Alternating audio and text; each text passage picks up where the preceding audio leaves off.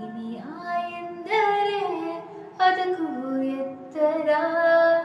ಒರಗಿಕೊಳ್ಳಲೇನು ನಿನ್ನ ಎದೆಗೆ ಒಮ್ಮೆ ನಾನು ಕರಗಿ ಹೋಗಲೇನು ನಿನ್ನ ಕರಗಳಲ್ಲಿ ನಾನು ಯುಗದಾಚೆಗೂ ಜಗದಾಚೆಗೂ ಜೊತೆಗೆ ಸಾಗುವೆ